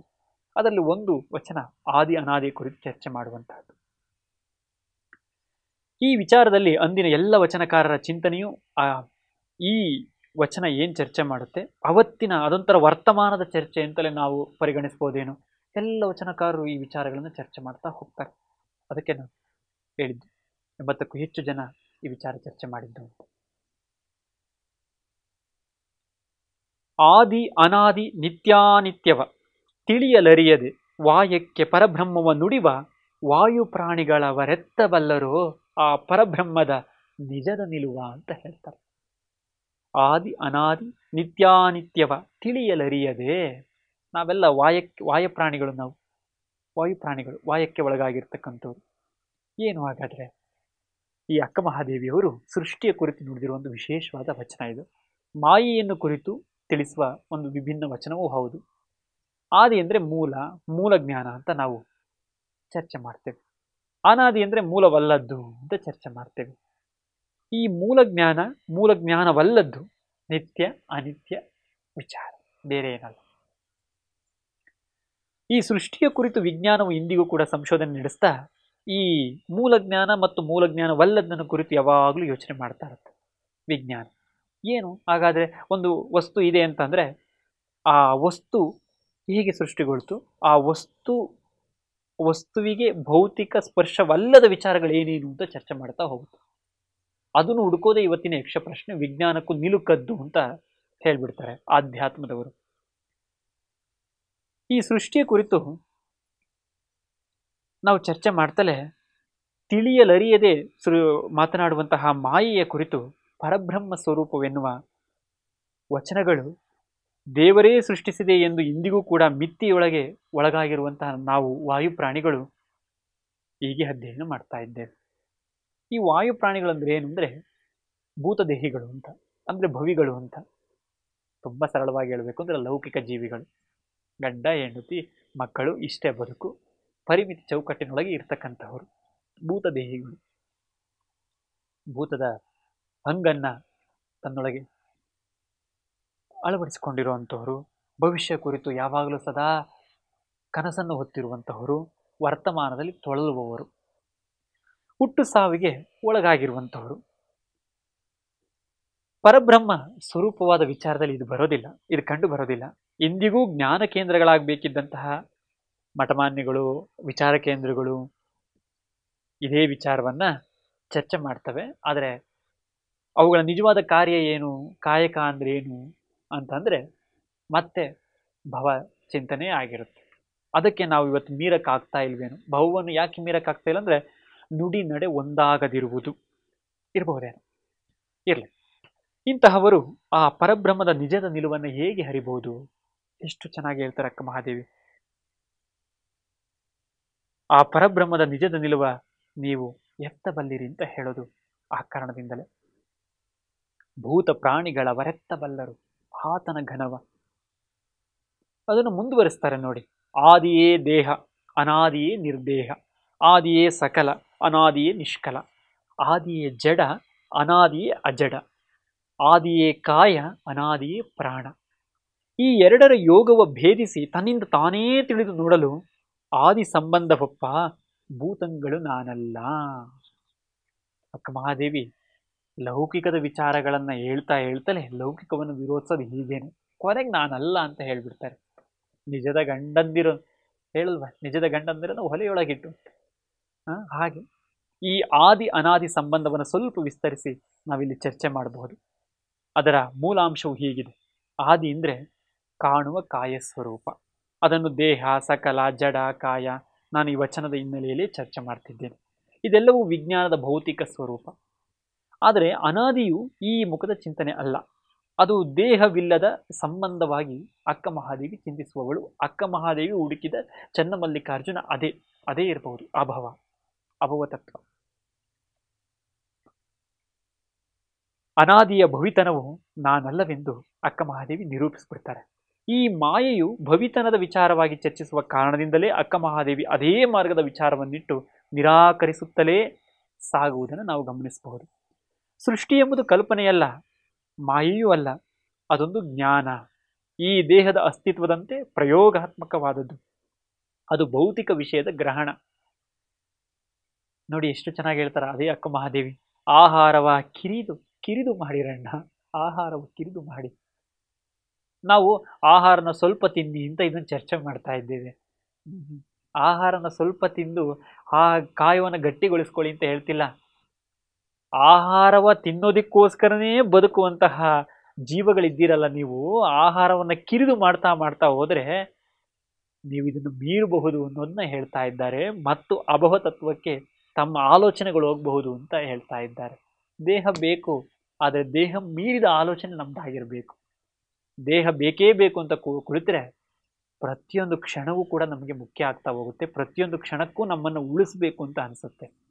ಆದರೆ ದೇಹ ಮುಖ್ಯವಲ್ಲ ಅಂತ ಹೋದರೆ, ಅಲ್ಲಿಯೂ ಸೃಷ್ಟಿ ಇದೆ ಅಂತ ಯೋಚನೆ ಮಾಡ್ತಾ ಹೋದರೆ ಪ್ರತಿಯೊಂದು ಕ್ಷಣವೂ ಮುಖ್ಯವಾಗಿರುತ್ತೆ ಮತ್ತು ಪ್ರತಿಯೊಂದು ಕ್ಷಣವೂ ದಾಖಲೆಯಾಗಿ ಸಾರ್ವತ್ರಿಕವಾಗಿ ಉಳಿದು ಹೋಗಿಬಿಡುತ್ತೆ. ನೋಡಿ, ಅದಕ್ಕೆ ಒಂದು ವಚನವನ್ನು ನಾನು ಇಲ್ಲಿ ತರ್ತಾ ಇದ್ದೇನೆ. ಅವರೇ ಆ ವಚನದಲ್ಲಿ ಹೇಳಿದ್ದು, ಸೃಷ್ಟಿಯ ಅಗತ್ಯದಷ್ಟು ಸೇವಿಸಿ ಅತಿಪೋಷಣ ಬೇಡ ಅಂತ ಹೇಳಿದ್ದು. ಇದು ವೈಜ್ಞಾನಿಕ ಸಂದೇಶ ಅಂತ ನಮಗೆ ಇವತ್ತು ಚರ್ಚೆ ಆದರೂ ಕೂಡ ಇದೊಂದು ಆದಿ ಅನಾದಿಯ ತತ್ವವೇ ಹೌದು. ಸೃಷ್ಟಿಯಂತೆ ಈ ದೇಹ ಅದರ ಬದುಕಿನ ವಾಸ್ತವತೆಯನ್ನು ಕೂಡ ಈ ರೀತಿ ಚರ್ಚಿಸ್ತಾರೆ. ಪಾತಾಳ ವಿತ್ತಿತ್ತ ಪಾದಂಗಳತ್ತತ್ತ, ದಶ ದಿಕ್ಕು ಇತ್ತಿತ್ತ ದಶಭುಜಂಗಳತ್ತತ್ತ, ಬ್ರಹ್ಮಾಂಡ ವಿತ್ತಿತ್ತ ಮಣಿ ಮುಕುಟವತ್ತತ್ತ, ಚನ್ನಮಲ್ಲಿಕಾರ್ಜುನಯ್ಯ ನೀವೆನ್ನ ಕರಸ್ಥಲಕ್ಕೆ ಬಂದು ಚುಳುಕಾದಿರಲ್ಲ ಲಿಂಗವೇ. ಇವತ್ತಿಗೂ ಕೂಡ ಅಕ್ಕ ಮಹಾದೇವಿ ವಚನ ಒಂದು ರೀತಿಯಲ್ಲಿ ಈ ಭೌತಿಕ ಬದುಕನ್ನ ವ್ಯಂಗ್ಯದ ರೂಪದಲ್ಲಿ ನಮಗೆ ಉಣಬಡಿಸಿದಂತಹ ಒಂದು ವಿಜ್ಞಾನದ ಚಿಂತನೆ ಇದು, ವಿಜ್ಞಾನದ ಚರ್ಚೆ ಇದು. ಪಾತಾಳ ವಿತ್ತಿತ್ತ ಪಾದಂಗಳತ್ತತ್ತ, ದಶ ದಿಕ್ಕು ಇತ್ತಿತ್ತ ದಶಭುಜಂಗಳತ್ತತ್ತ. ಕೊನೆಗೆ ನೀವೆನ್ನ ಕರಸ್ಥಲಕ್ಕೆ ಬಂದು ಚುಳುಕಾದಿರಲ್ಲ ಲಿಂಗವೇ ಅಂತ ಹೇಳುವಾಗ ವಿಶ್ವ ಸೃಷ್ಟಿ ಅಷ್ಟು ಚಿಕ್ಕದಾದ ವಿಚಾರವ ಅನ್ನೋದು ನಮಗೆ ಒಂದು ರೀತಿ ವ್ಯಂಗ್ಯ ಅನ್ನಿಸ್ಬಿಡುತ್ತೆ. ಈ ವಿಶ್ವ ಸೃಷ್ಟಿ ಎಷ್ಟೊಂದು ಚಿಕ್ಕದ, ಒಂದು ಅಂಗೈಯಲ್ಲಿ ಬಂದು ಕೂರುವಂತಹ ಸೃಷ್ಟಿನ ನಿಜನ ಅಷ್ಟು ಅಂತಂದ್ರೆ ಯಾಕೆ ವಿಶ್ವ ಸೃಷ್ಟಿಯನ್ನ ಅಂಗೈಯಲ್ಲಿ ಇಟ್ಟು ಇವತ್ತು ನೋಡ್ತಿಲ್ವೇ ನಾವು, ಅವಲೋಕಿಸ್ತಿಲ್ವೇ ನಾವು? ಎಷ್ಟು ವಾಸ್ತವ ಸತ್ಯ ನೋಡಿ. 12ನೇ ಶತಮಾನದಲ್ಲಿ ವಿಶ್ವವನ್ನು ಅಂಗೈಲಿ ಹಿಡಿತೀರಿ ಅಂತ ಹೇಳೋದು ತಮಾಷೆ ಅಲ್ಲ. ಅಕ್ಕ ಮಹಾದೇವಿ ಈ ವಾಕ್ಯಾರ್ಥದಲ್ಲಿ ಹಲವಾರು ವ್ಯಂಗ್ಯಾರ್ಥದ ಚಿಂತನೆಗಳನ್ನ ಕಾವ್ಯಮೀಮಾಂಸೆ ದೃಷ್ಟಿಯಿಂದ ವ್ಯಂಗ್ಯಾರ್ಥ ದೃಷ್ಟಿಯನ್ನು ಅಡಗಿಸಿದ್ದು ಹೀಗೆ. ಆದ್ದರಿಂದ ಲಿಂಗವೇ ಒಂದು ವಿಶ್ವವಾಗಿ ಅದೊಂದು ಅಂಗೈ ಮೇಲಣ ಕಿರಿದರ್ಥವನ್ನು ಪಡೆದುಕೊಂಡು ಲಿಂಗ ಸ್ವರೂಪಿಯಾಗೋದು, ಲಿಂಗ ಸ್ವರೂಪಿಯ ಗ್ರಹಿಕೆ ಆಗೋದು, ಅದು ಅಭವ, ಅದು ಭವಿತನವನ್ನು ಮೀರುವಂತಹದ್ದು. ಅಲ್ಲಿ ಈ ಸೃಷ್ಟಿಯ ಪರಿಕಲ್ಪನೆ ಇದೆ ಅನ್ನುವಂತಹದ್ದು ಬಸವಣ್ಣನ ವಚನಗಳು. ಮತ್ತೆ ನಾನು ಒಂದಿಷ್ಟು ಈ ವಿಚಾರಕ್ಕೆ ಹತ್ತಿರವಾಗುವಂತೆ ಬಸವಣ್ಣನ ವಿಚಾರಗಳನ್ನ ತೆಗೆದುಕೊಳ್ತಾ ಇದ್ದೇನೆ. ಅಕ್ಕನ ವಚನದಲ್ಲಿ ಆದಿಯೇ ಬಸವಣ್ಣನೆಂಬ ವಿಚಾರವು ಜ್ಞಾನಕ್ಕೆ ಮೂಲವಾಗಿ ಬಸವಣ್ಣನನ್ನು ಸಂಬೋಧಿಸಿ ಗ್ರಹಿಸಿದಂಥ ವಿಚಾರ ಇದೆ. ಬಸವಣ್ಣ ಆದಿ ಅನಾದಿ ಸಾಕಾರ ನಿರಾಕಾರ, ಆದಿ ಗುರು ಅನಾದಿ ಶಿಷ್ಯ ಅಂತ ಹೇಳ್ಬಿಡ್ತಾರೆ. ಈ ಭೂಮಿಯಲ್ಲಿನ ಸಕಲ ಜೀವಿಗಳಲ್ಲೂ ಕೂಡ ಆದಿಯು ಮತ್ತು ಅನಾದಿಯು ಒಟ್ಟಿಗೆ ಸೇರಿ ಸಾಕಾರಗೊಂಡಿರ್ತಕ್ಕಂಥದ್ದು. ಇಲ್ಲಿ ಶಿವತತ್ವ ಮತ್ತು ಪರಶಿವತತ್ವಗಳು ವಿಭಿನ್ನವಾಗಿ ಕೆಲಸ ಮಾಡ್ತವೆ. ಶುದ್ಧ ಚೇತನವಾದ ಶಿವತತ್ವವು ಒಮ್ಮೆ ಮೀರುವ ಅನಾದಿ ಪರತತ್ವಕ್ಕೆ ತನ್ನನ್ನು ಚಾಚಿಕೊಳ್ಳುತ್ತೆ. ಇಂತಹ ಸೃಷ್ಟಿ ತತ್ವವನ್ನು ಮನುಷ್ಯ ಮಾತ್ರ ಅರಿತಾನೆ, ಬೇರೆ ಜೀವಿಗಳು ಅರಿಯೋದಿಕ್ಕೆ ಸಾಧ್ಯ ಇಲ್ಲ. ಅದನ್ನು ನಾಗರಿಕತೆ ಅಂತ ಕರಿತಾ ಹೋಗ್ತಾರೆ. ಆದ್ದರಿಂದಲೇ ಎಲ್ಲ ಪ್ರಯೋಗಗಳು ಮನುಷ್ಯನ ಮೇಲೆ ಉಂಟಾಗಿದ್ದು. ತನ್ನ ಬದುಕಿನ ಜೊತೆಯಲ್ಲಿ ಪ್ರಪಂಚದ ಸಕಲ ಚರಾಚರಗಳಿಗೂ ಕೂಡ ಪರತತ್ವವನ್ನು ಕಾಣಿಸುವ ಚೈತನ್ಯ ಅತ್ಯಂತ ವಿಭಿನ್ನವಾದಂತಹದ್ದು. ನೋಡಿ, ಕಲ್ಲೊಳಗೆ ಒಂದುಂಟು, ಮರದೊಳಗೆ ಅಗ್ನಿಯುಂಟು, ಹಾಲೊಳಗೆ ತುಪ್ಪ ಉಂಟು, ಅಂತರ್ಯಾಮಿಯಲ್ಲಿ ಶಿವನಿಹನು. ಇದೇನು ಕಾರಣ ಕತ್ತಲೆ ಕಾಣಬಾರದು? ಇದೇನು ಕಾರಣ ಕತ್ತಲೆ ಕಾಣಬಾರದು? ತೋರಬಲ್ಲ ಗುರು ಸುಳಿಯನು ಕೂಡಲ ಸಂಗಮ ದೇವ. ಎಲ್ಲಿಯೂ ಕೂಡ ಕತ್ತಲೆಯನ್ನ ನೀವು ಕಾಣಬೇಡಿ. ಎಲ್ಲದರೊಳಗೂ ಒಂದೊಂದು ಸೃಷ್ಟಿ ಇದೆ. ಕಲ್ಲೊಳಗೆ ಹೊನ್ನಿದೆ, ಮರದೊಳಗೆ ಅಗ್ನಿ ಇದೆ, ಹಾಲಿನ ಒಳಗೆ ತುಪ್ಪ ಇದೆ. ಅಂತರ್ಯಾಮಿ ತತ್ವ ಇದು. ನಾವು ಸೃಷ್ಟಿಯನ್ನು ಬರೀ ಜೀವಕ್ಕೆ ಕೇಂದ್ರೀಕರಿಸಿ ಹೇಳೋದಾದ್ರೆ, ಹಾಲು ಮೊಸರಾದದ್ದು ಹೇಗೆ? ಮೊಸರು ಕಡೆದು ಕಡೆದು ಕಡೆದು ತುಪ್ಪವಾದದ್ದು, ಬೆಣ್ಣೆಯಾದದ್ದು, ತುಪ್ಪವಾದದ್ದು ಹೇಗೆ? ಸೃಷ್ಟಿಯಲ್ಲದೆ ಮತ್ತೇನು? ಅದಕ್ಕೆ ಅಲ್ಲಿ ಕತ್ತಲೆಯನ್ನು ಹುಡುಕಬೇಡಿ. ಎಲ್ಲದರಲ್ಲಿಯೂ ಬೆಳಕಿದೆ. ಪ್ರದೀಪಿಕೆ, ದೀಪಿಕೆ ಅದೇ. ಅಡಗಿರುವ ಬ್ರಹ್ಮತತ್ವವನ್ನು ಯಾರೂ ಅರಿಯಲು ಸಾಧ್ಯವಿಲ್ಲ. ಅರಿತವನು ಅಭವಿ. ಮತ್ತೆ ಸೃಷ್ಟಿಯ ಅರಿತವನೇ ಅಭವಿ. ಪರಮಾತ್ಮವನ್ನು ತಿಳಿದವನು, ಲಿಂಗವನ್ನು ಅರಿತವನು, ಅವನು ನಿಜವಾಗಿಯೂ ಜಂಗಮನಾಗಿರ್ತಾನೆ, ದಾಸೋಹ ಕ್ರಿಯೆಯಲ್ಲಿಯೇ ತೊಡಗಿರ್ತಾನೆ. ನಾವಿನ್ನು ಗುರುತತ್ವದಲ್ಲಿಯೇ ನಾವು ಸೇರ್ಕೊಂಡಿದ್ದೇವೆ, ಗುರುತತ್ವದಲ್ಲಿಯೇ ಚಿಂತನೆಗಳನ್ನು ಮಾಡ್ತಾ ಇದ್ದೀವಿ. ಲಿಂಗ ತತ್ವಕ್ಕೆ ಹೋಗುವುದು ಯಾವಾಗ? ಲಿಂಗವನ್ನು ಮೀರಿ ದಾಸೋಹ ಕಾರ್ಯಗಳನ್ನು ಮಾಡೋದು ಯಾವಾಗ? ಜಂಗಮರಾಗೋದು ಯಾವಾಗ? ದಾಸೋಹ ಕಾರ್ಯಗಳನ್ನು ಮಾಡೋದು ಯಾವಾಗ? ಹಾಗಾದ್ರೆ ಅದು ಆ ಸೃಷ್ಟಿಯ ಗುಣವನ್ನು ಅರಿತಾಗ ಏನಾದರೂ ನಾವು ಈ ಹೆಜ್ಜೆಗಳಿಗೆ ಇಡಬಹುದು. ನಿಜವಾಗಿಯೂ ಅಂತಹ ಪರಮಜ್ಞಾನಿಗಳು ನಮ್ಮ ಜೊತೆಯಲ್ಲಿದ್ದಾರೆ, ನಮ್ಮ ಸುತ್ತಣ ಜಗತ್ತಿನಲ್ಲಿದ್ದಾರೆ. ಇಂಥವೆಲ್ಲವನ್ನು ಸೃಷ್ಟಿ ಮಾಡಿದ್ದಾರೆ. ಅವರು ನಿಜವಾಗಿಯೂ ದಾಸೋಹ ಕಾರ್ಯ ಮಾಡ್ತಾ ಇದ್ದಾರೆ, ನಮ್ಮ ಲೋಕದಲ್ಲಿ ಇದ್ದಾರೆ. ಇದೇ ಸತ್ಯ, ಇರುವಿಕೆಯೇ ಸತ್ಯ, ಅದರಿಗೆಲ್ಲ ಅಲ್ಲ. ಈ ಅಡಗಿರುವ ಬ್ರಹ್ಮತತ್ವವನ್ನ ಅರಿಯಬೇಕಾದ್ರೆ ಸೃಷ್ಟಿಯ ಸರ್ವಮುಖಗಳನ್ನು ಹರಿಬೇಕು. ಈ ಸೃಷ್ಟಿಯ ಸರ್ವಮುಖಗಳನ್ನು ಹರಿತಾಗ ಪರಬ್ರಹ್ಮ ತತ್ವವನ್ನು ನಾವು ಅರ್ಥ ಮಾಡ್ಕೊತೇವೆ. ಇಂತಹ ವಿಚಾರಗಳು ಸಾಕಷ್ಟು ವಿಚಾರ ಇದ್ದಾವೆ. ಶಿವಚಿಂತೆ, ಶಿವಜ್ಞಾನವಿಲ್ಲದ ಮನುಜರು ಸಗಣಕ್ಕೆ 1000 ಹುಳವುಟ್ಟವೇ ದೇವ. ಊರ ಮೃಗ ಒಂದಾಗಿ ಬಾಳಲಾರವೇ ಹರನೆ, ಕಾಡ ಮೃಗ ಒಂದಾಗಿ ಇರಲಾರವೇ ದೇವ. ಕೂಡಲ ಸಂಗನ ಶರಣರಿಲ್ಲದ ಊರು, ದೇಶ ವನವಾಸ. ನರವಿಂದ್ಯ ಕಾಣಿರಣ್ಣ. ಇದ್ದಾರೆ, ಇದೆ, ನಿಜವಾಗಿಯೂ ಇದೆ, ಕಾಣಬೇಕಷ್ಟೆ. ಈ ಸುಜ್ಞಾನ ಉದಯದಲ್ಲಿ ಇರ್ತಕ್ಕಂತಹ ಒಬ್ಬ ಗುರು ಶಿಷ್ಯನ ಪರಮತತ್ವ ಇದೆಯಲ್ಲ, ಅದು ಇನ್ನೊಂದು ರೀತಿಯ ವಿಶೇಷ. ಅದನ್ನ ನಾವು ಗುರುಲಿಂಗ ಜಂಗಮ ತತ್ವದಲ್ಲಿ ಇನ್ನೂ ವಿಶಾಲವಾಗಿ ಚರ್ಚೆ ಮಾಡಬಹುದು. ಈ ಗುರು ಶಿಷ್ಯ ಸಂಬಂಧಗಳಿಗೆ ಆದಿ ಅನಾದಿಯ ಸಂಬಂಧವನ್ನ ಅಲ್ಲಮ ಪ್ರಭು ಜೋಡಿಸ್ತಾ ಹೋಗ್ತಾರೆ. ಅದು ಭಕ್ತ ಜಂಗಮ ಸಂಬಂಧವಾಗಿ ಮನದ ಕೊನೆಯಲ್ಲಿರುವಂತಹ ಮೊನೆ. ಅವ್ರದ್ದೇ ಒಂದು ವಚನ ಇದೆಯಲ್ಲ, ಮನದ ಕೊನೆಯ ಮೊನೆಯ ಮೇಲೆ ಮನೆಯ ಮಾಡಿಕೊಂಡಿಪ್ಪನೊಬ್ಬ ದಾಸೋಹಿ, ಆದಿವಿಡಿದು ಬಂದಾತನೇ ಭಕ್ತ, ಅನಾದಿವಿಡಿದು ಬಂದಾತನೇ ಜಂಗಮ, ಆದಿಗುರು ಅನಾದಿ ಶಿಷ್ಯ, ಈ ಉಭಯ ಕುಲಸ್ಥಳವ ಬಲ್ಲಡೆ, ಆತ ಲಿಂಗ ಸಂಬಂಧಿ ಕೂಡಲ ಸಂಗಮ ದೇವ. ಎಷ್ಟು ಚೆನ್ನಾಗಿ ಹೇಳ್ತಾ ಇದ್ದಾರೆ ನೋಡಿ. ಮತ್ತೆ ನಾನು ಗುರು ಶಿಷ್ಯನ ಸಂಬಂಧವನ್ನು ಚರ್ಚೆ ಮಾಡ್ತೇನೆ, ಅದು ಹೇಗಿದೆ ಅಂತ ಕೂಡ. ಈ ಆದಿ ಅನಾದಿಗಳು ಬೇರೆ ಏನಲ್ಲ, ಒಂದೇ ಮಾದರಿಯ ಅದ್ವೈತಗಳು, ಅವಿನಾಭಾವ ಸಂಬಂಧದ ಹೊಂದಿರುವ ತತ್ವಗಳು, ಅಗಲದ ಕೂಟಗಳು ಎಂದು ಅಲ್ಲಮ ಪ್ರಭು ತಿಳಿಸಿರುವುದು ಸೃಷ್ಟಿಯ ಬಗೆಯು ಏಕಮುಖವೆಂದು ಸಾರುವ ಹಲವು ವಚನಗಳು ಕೂಡ ಇದಕ್ಕೆ ಮುಖಾಮುಖಿ ಆಗೋದಕ್ಕೆ ಕಾರಣ ಅಂತ ಅನಿಸುತ್ತೆ. ನಾನು ಇದುವರೆಗೂ ಬೇರೆ ಅಂತ ಚರ್ಚೆ ಮಾಡಲೇ ಇಲ್ಲ, ಏಕಮುಖ ಚರ್ಚೆಯೇ ಆಗಿತ್ತು. ಆದರೆ ಅಲ್ಲಮ ಪ್ರಭು ವಚನಕ್ಕೆ ಮಾತ್ರ ನಾವು ಮುಖಾಮುಖಿಯಾಗಿಸಿದಾಗ ಒಂದೇ ಅನ್ನೋದನ್ನ ನಾವು ನಿರ್ವಚನ ಮಾಡೋದಕ್ಕೆ ಸಾಧ್ಯ ಆಗತ್ತೆ. ಆದರೆ ಅವುಗಳ ಅರ್ಥವನ್ನು ನಾವು ಗ್ರಹಿಸಿಕೊಂಡು ಸೃಷ್ಟಿಗೆ ಸಂಬಂಧಿಸೋದಕ್ಕೆ, ಸೃಷ್ಟಿಗೆ ಕೇಂದ್ರೀಕರಿಸೋದಕ್ಕೆ ನಾವು ಚರ್ಚೆ ಮಾಡೋದು. ಆದಿ ಅನಾದಿ ಕುರಿತು ವಚನಕಾರರ ವಿಚಾರಗಳು ಈ ಸೃಷ್ಟಿಯ ಪಥದಲ್ಲಿ ಹೇಗೆ ಸಾಕ್ತವೆ ಅನ್ನೋದಕ್ಕೆ ವಚನಕಾರ್ತಿ ನೀಲಮ್ಮನವರ ಒಂದು ವಚನ ಬರುತ್ತೆ. ಆದಿ ಅನಾದಿ ತತ್ವ ಭೇದಿಸಿಕೊಟ್ಟ ಗುರುವೇ, ಅಪ್ರಮಾಣದ ಬೆಳಗ ಭೇದಿಸಿಕೊಟ್ಟ ಗುರುವೇ, ನೀನಲ್ಲದ ಇನ್ನಾರು ಬಸವಣ್ಣ ಕೇಂದ್ರೀಕರಿಸಿ ನೀಲಮ್ಮ ಎಲ್ಲ ಹೇಳಿತು. ಶಿವಮಯವಾದ ಜ್ಞಾನದ ವಿಸ್ತಾರವನ್ನು ಸೃಷ್ಟಿಯ ಸಾಮೀಪ್ಯಕ್ಕೆ ಕೊಂಡೊಯ್ಯುವಂತಹ ನೀಲಮ್ಮನ ವಚನ ಈ ತತ್ವವನ್ನು ಭೇದಿಸಿ ನಮಗೆ ತಿಳಿಸಿಕೊಟ್ಟೆ, ಆದ್ದರಿಂದ ನನಗೆ ಈ ತತ್ವ ಅರ್ಥ ಆಯಿತು, ನಾವು ಒಂದೇ ಏಕಮುಖವಾಗಿ ಚಲಿಸ್ತಿದ್ವು ಅನ್ನೋದನ್ನ ಹೇಳ್ತಲೇ ಮತ್ತೆ ಏಕಮುಖವಾಗುವ ತತ್ವವನ್ನು ಕೂಡ ಇಲ್ಲಿ ಗುರುತಿಸ್ತಾ ಇದ್ದಾರೆ. ಅರ್ಥ ಮಾಡಿಕೊಳ್ಳದೆ ಕೂಡೋದಕ್ಕೂ ತುಂಬ ವ್ಯತ್ಯಾಸ ಇದೆ. ಈ ಬಸವಣ್ಣನ ಕುರಿತು ಅಕ್ಕ ಮಹಾದೇವಿಯು ಆದಿ ಅನಾದಿಗಳಿಂದತ್ತಲಯ್ಯ ಬಸವಣ್ಣನು, ಮೂದೇವರ ಮೂಲ ಸ್ಥಾನವಯ್ಯ ಬಸವಣ್ಣನು ಅಂತ ಹೇಳಿದ್ದಾರೆ. ಅದನ್ನೇ ಮುಂದುವರಿಸಿದಂತೆ ಇನ್ನೊಂದು ವಚನ ಇದೆ ಅವರದು. ಆದಿ ಅನಾದಿ ಎನ್ನದೆ ಬಸವಣ್ಣ ಗಣಮೇಳಪವಾಗಿ ಅನಂತ ಯುಗಗಳಲ್ಲಿ ಸಕಲ ಲೋಕದೊಳು ಚಿರಿಸುತ್ತಿಪ್ಪ, ಸುಳುಹ ನರಿಯದೆ ಸಕಲ ನಿಷ್ಕಲರೆಲ್ಲ ಭ್ರಮೆಗೊಂಡು ಬೀಳುತ್ತೇಳುತ್ತಿದ್ದರು, ಇವರೆಲ್ಲರ ಮುಂದೆ ಆ ಗಣಗಳ ನಾನರಿದು ಬದುಕಿದೆನು ಕಾಣ, ಶ್ರೀಶೈಲ ಚನ್ನಮಲ್ಲಿಕಾರ್ಜುನ. ಎಂತ ಕಾನ್ಫಿಡೆನ್ಸ್! ಎಲ್ಲ ಹೆಣ್ಣು ಮಕ್ಕಳಿಗೂ ಇಂಥ ಧೈರ್ಯ ಬೇಕು, ಅಕ್ಕ ಮಹಾದೇವಿ ಅಂತ ಧೈರ್ಯ ಬೇಕು. ನಾನು ಮೀರಿದ್ದೇನೆ, ನಾನು ಮುಟ್ಟುತ್ತೇನೆ, ನಾನು ತಲುಪುತ್ತೇನೆ. ಹೆಣ್ಣು ಮಕ್ಕಳಿಗೆ, ಹೆಣ್ಣಿಗೆ ಬೇಕಾದ ಧೈರ್ಯ ಇದು.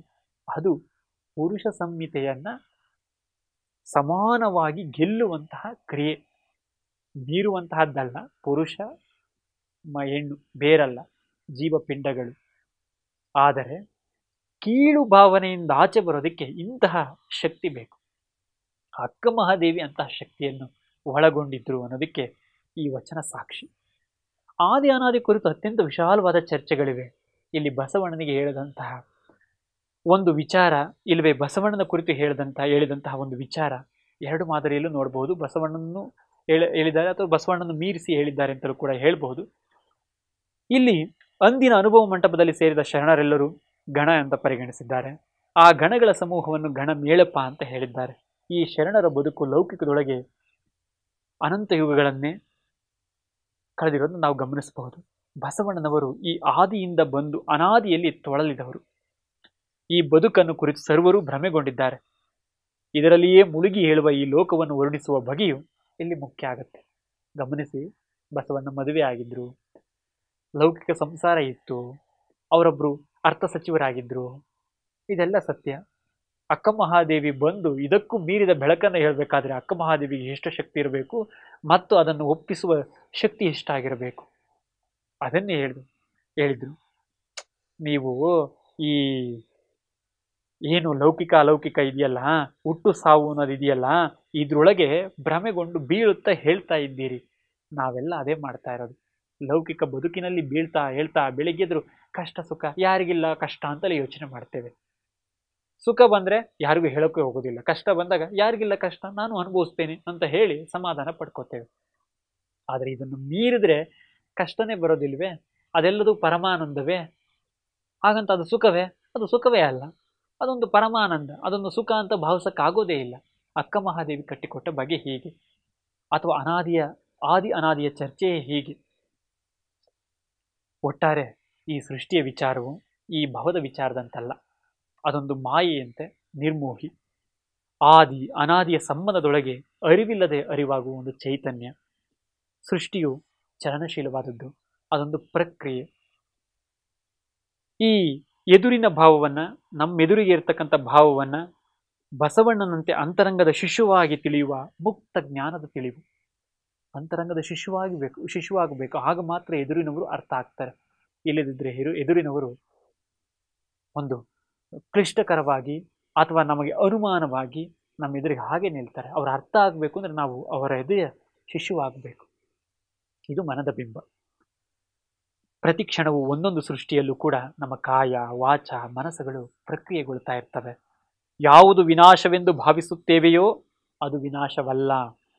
ಇನ್ನೊಂದು ಸೃಷ್ಟಿಯ ಆದಿಯಾಗುವುದನ್ನು ಅರಿಯಬೇಕಾದ್ರೆ ನಮ್ಮ ಈ ಭೌತಿಕ ಸೃಷ್ಟಿಯ ಜೊತೆಗೆ ಇನ್ನೊಂದು ಸೃಷ್ಟಿಗಳ ಅರಿಯಬೇಕು ಅಂದ್ರೆ ನಮ್ಮ ಮನಸ್ಸನ್ನು ಅರಿಯಬೇಕು. ಮನಸ್ಸನ್ನು ಅರಿತರೆ ಪ್ರತಿ ಕ್ಷಣದ ಸೃಷ್ಟಿಯೂ ಕೂಡ ಅದು ಜ್ಞಾನದ ಸೃಷ್ಟಿ, ಭಾವದ ಸೃಷ್ಟಿ, ವಿಚಾರದ ಸೃಷ್ಟಿ.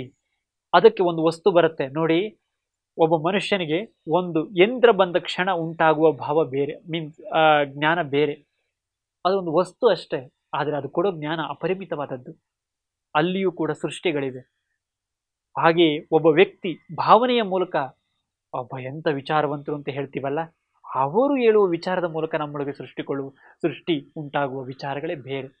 ಹಾಗಾದರೆ ಸೃಷ್ಟಿಯು ನಮ್ಮಲ್ಲಿ ಪ್ರತಿ ಕ್ಷಣವೂ ಕೂಡ, ಪ್ರತಿಯೊಂದು ವಸ್ತು ಭಾವನೆಗಳಲ್ಲಿಯೂ ಕೂಡ, ಪ್ರತಿ ಕ್ಷಣವೂ ಕೂಡ ಒಂದೊಂದು ಮಾದರಿಯಲ್ಲಿ ಒಳಗೊಳ್ತಾ ಇರುತ್ತೆ. ಆದರೆ ನಾವು ಅದನ್ನು ಸ್ಪರ್ಶಿಸಬೇಕು, ಅನುಭವಿಸಬೇಕು. ಅದನ್ನು ಧ್ಯಾನ ಅಂತ ಕರೀತಾರೆ ಆಧ್ಯಾತ್ಮದ ವಿಚಾರದಲ್ಲಿ. ಈ ಜ್ಞಾನದಲ್ಲಿ ಲೋಕವಿಹಾರವನ್ನು ಮಾಡ್ತಾ ಹೋಗ್ತಾರೆ. ಅವರು ಈ ಲೌಕಿಕ ಜಗತ್ತಿನಲ್ಲಿ ಇರುವುದಿಲ್ಲ. ಅದಕ್ಕೆ ಹೇಳೋದು, ಸ್ಥಿರತೆಯು ಈ ಕಾಯಕ್ಕಲ್ಲ, ವಿಚಾರ ಗ್ರಹಿಕೆಗೆ. ಚಲನೆಯು ಗ್ರಹಿಕೆಗಳಿಗಿಲ್ಲ, ಕಾಲಕ್ರಿಯೆಗಳಿಗೆ ಎಂಬ ಅರಿವು ಬೇಕು. ಈ ಲೌಕಿಕ ಮಾಯಾಪಾಶಗಳು ಹಿಂಸೆಯನ್ನು ಸ್ವಾರ್ಥವಾಗಿ ಕಾಣುವಾಗ ಸೃಷ್ಟಿಯ ಅರಿವು ಇನ್ನೆಲ್ಲಿಯದು. ಹಾಗಾಗಿಯೇ ಬಸವಣ್ಣನವರು ನುಡಿದಿದ್ದು, ಮಾಯಾಪಾಶ ಹಿಂಗಿ ಮನದ ಗಂಟು ಬಿಡದನ್ನಕ್ಕ, ಕೂಡಲ ಸಂಗಮ ದೇವ ಎಂತೊಲಿವನಯ್ಯ. ಬಿಡಬೇಕು ನಾವು ಈ ಮಾಯಾ ಗಂಟನ್ನ. ಯಾವಾಗ ಬಿಡಿಸ್ಕೊಳ್ತೀವೋ, ಮಾಯಾಪಾಶವು ಯಾವಾಗ ನಮ್ಮಲ್ಲಿ ಹಿಂಗುತ್ತೋ ಆಗ ಮಾತ್ರ ಈ ಕೂಡಲ ಸಂಗಮ ದೇವನ್ನ ಕರುಣೆಗೆ ಒಳಗಾಗ್ತೀವಿ. ಮತ್ತೆ ಕೂಡಲ ಸಂಗಮ ದೇವ ಅಂದ್ರೆ ನಾನು ಒಂದೇ ಒಂದು ವಿಚಾರದಲ್ಲಿ ಸಂಕಲಿಸ್ತೇನೆ, ಅದು ಮನದ ಬಿಂಬ.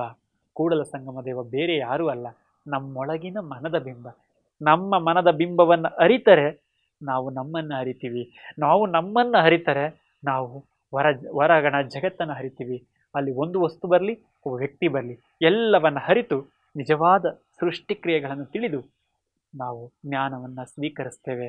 ಆಗ ಮನುಷ್ಯರಾಗ್ತೇವೆ.